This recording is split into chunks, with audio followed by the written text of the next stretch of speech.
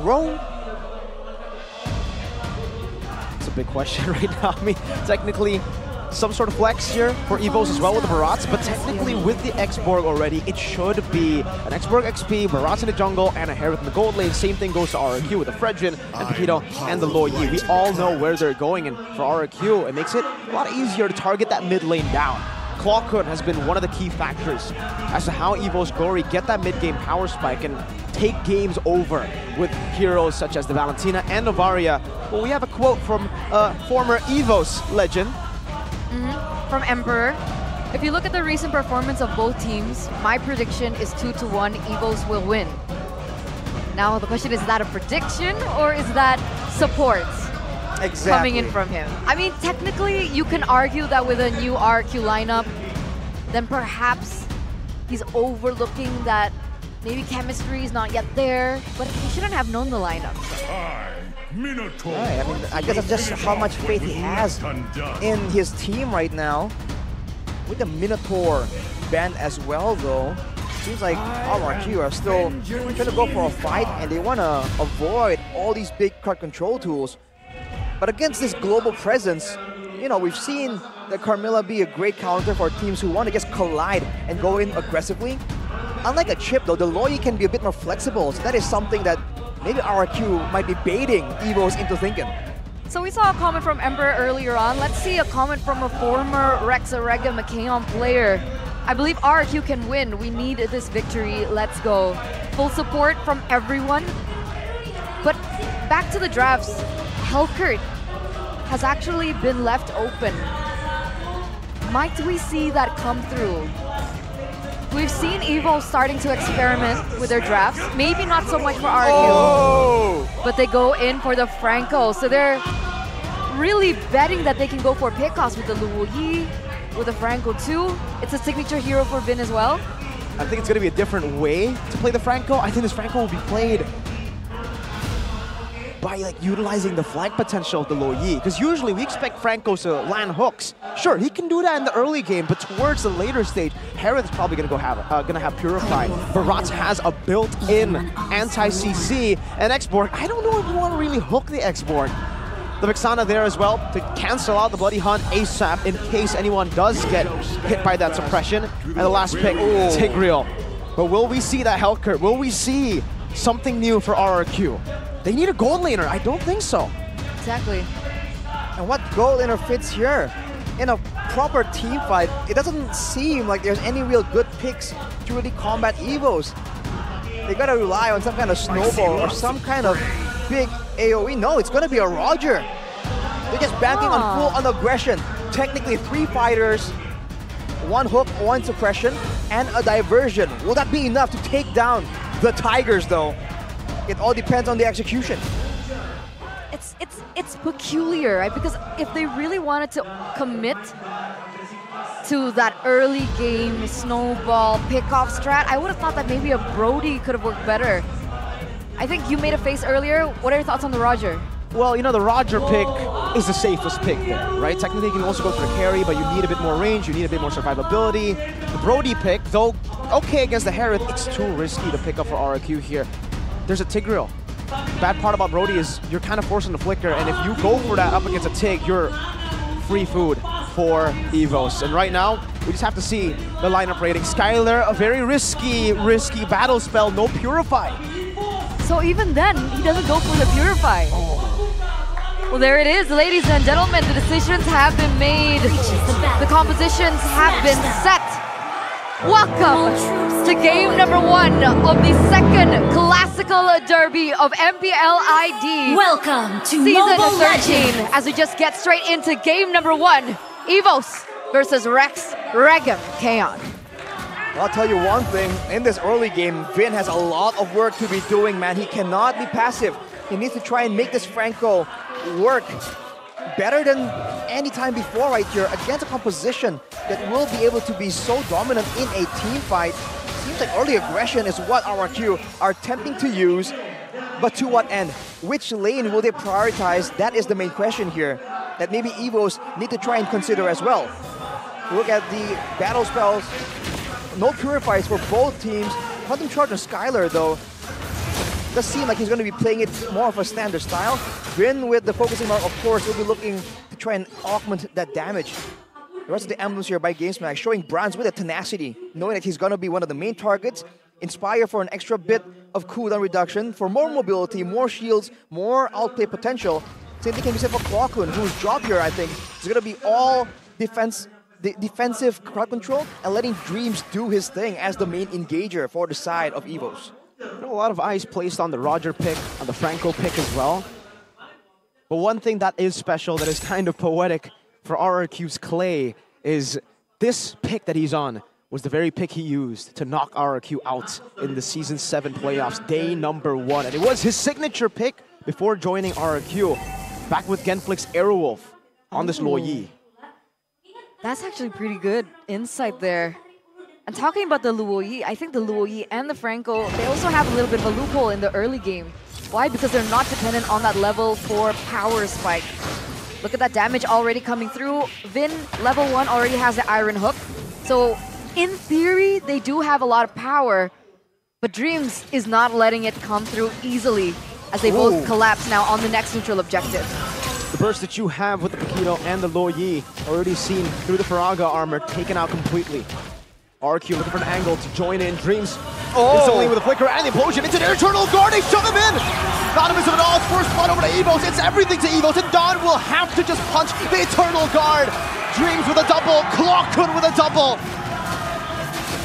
A disaster for RRQ. That's essentially a wiped out 4v4, 4 members taken out. This early on, the fact that they were able to level all their resources, that CC was so overwhelming that RRQ, without any purifies, unable to respect that CC, unable to get out of that engage either. I mean, it was decisive, but it just wasn't. Look at the turn prediction by Mirko, though. What is that supposed to mean, Mirko? I am not allowed to bless, nor am I allowed to curse. This is a classic derby, okay? I shall not interfere.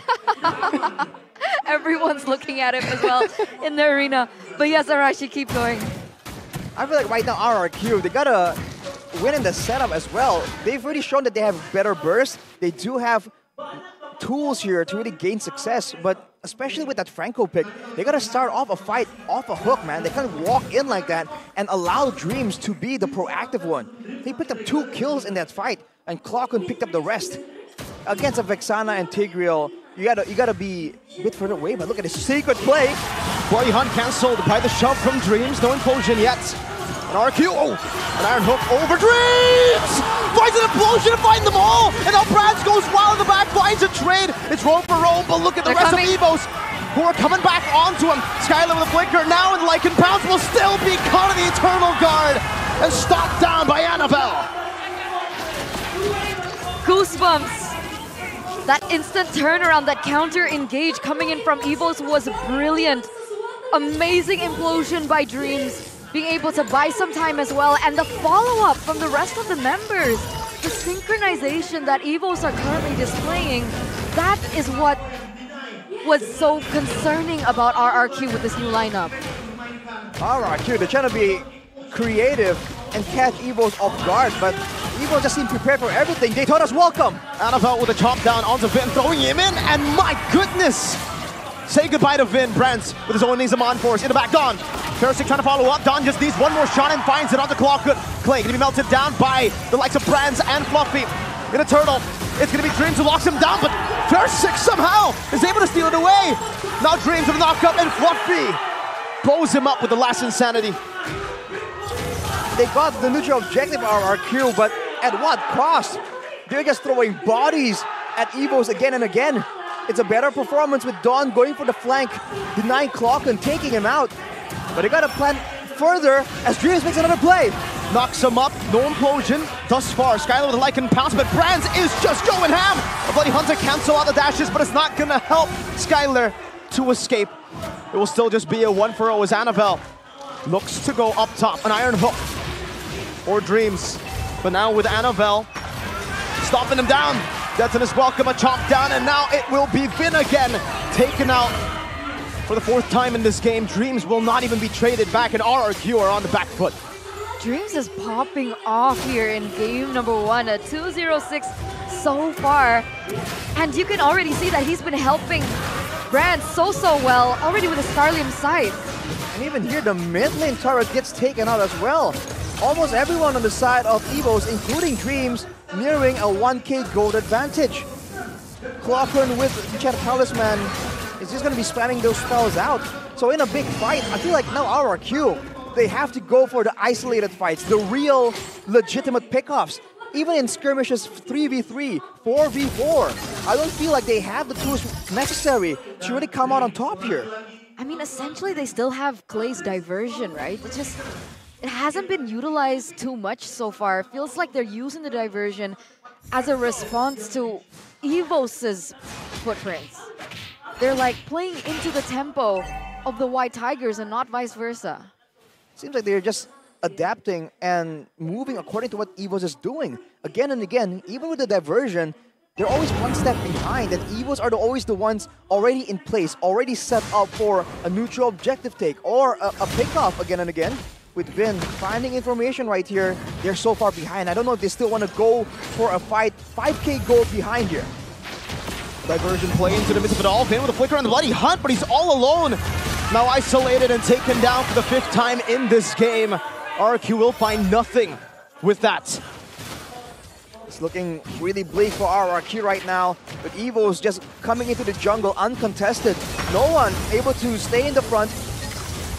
Worried about Dreams just catching them with the implosion, and even Clay, the strong mid laner with a lot of damage output, is now zoned away by the potential of just the full-on dive coming in from Evos. He's falling too far behind. I guess in terms of damage, it's not quite there yet. If I'm not mistaken, he only has 1 item. I think it was the Enchanted Talisman. But of course, the displacement, the utility that it offers does still help. But the damage is no longer there. That loophole in the early game, it's past. Evos Glory are already sitting at a 6,000 gold lead in 8 minutes. Talk about snowball. And their composition doesn't make it any easier for Rrq. An X-Borg that has a second life, a Tigreal that can counter-engage, the jungler that can have a crowd control immunity.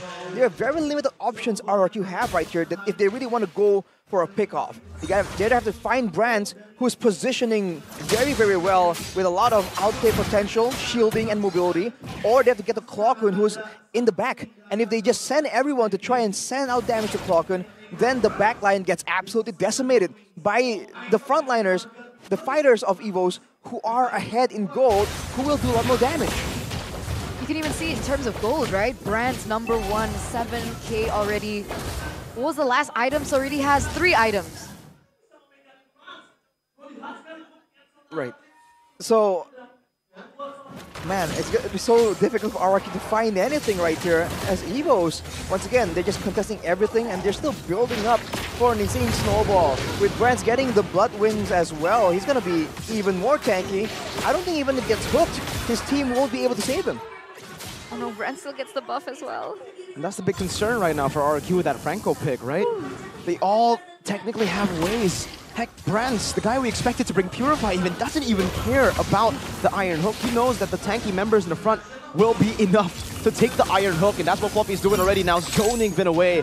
It's burning him down, melting him down, and Skylar is in the bottom lane, so they are technically forced to concede. Versick in the bush right now. Versick, no, he's not able to steal it, but he dodges away from the shove. Brands now with the Zaman Force, Versick with the top, and now gets brought back by the missiles and chomped down by Annabelle. Fluffy burns him down, and Rrq lose their jungler. Skylar trying to do what he can in the bottom side of the map. He should be able to get that turret. No way. He doesn't? Wait, it's so low. It should be taken out by the cannon minion.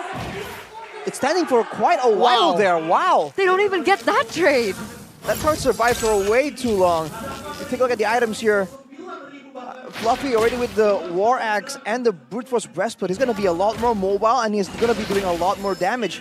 And Annabelle is just going to be way too tanky. They cannot pick him off, but maybe. All the way in the back. Dreams again finding an implosion on the 2 members. It's going to be Vin. He gets taken down with the killing spree. Picked up for Evos. This might just be the end 10 minutes in. Rrq still trying to defend. Dreams and Annabelle getting very low. Buffy losing it for Frog Armor. Skylar jumps in with Lycan Pounce, but Buffy has the immortality. Skylar forced to run away. in the bottom lane. No, minute done! With a knockout!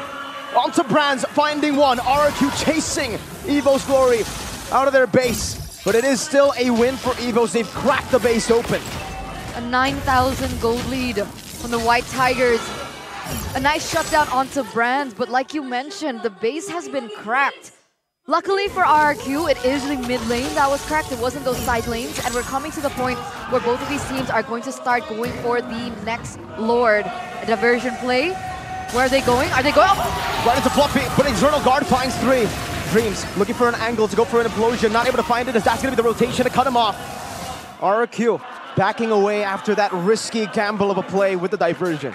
Hail Mary play, it didn't work out. They're showing that they are still looking for opportunities though. They have not given up. Fortunately, like you mentioned, Eterna, the mid turret was the one taken out. So Rrq, they can still look for something here. They won't be really forced to deal with empowered waves. But the same problem still persists. Right there, I think Evos has overlooked the damage that Clay can provide with the spammable nature of the spells of the Rrq.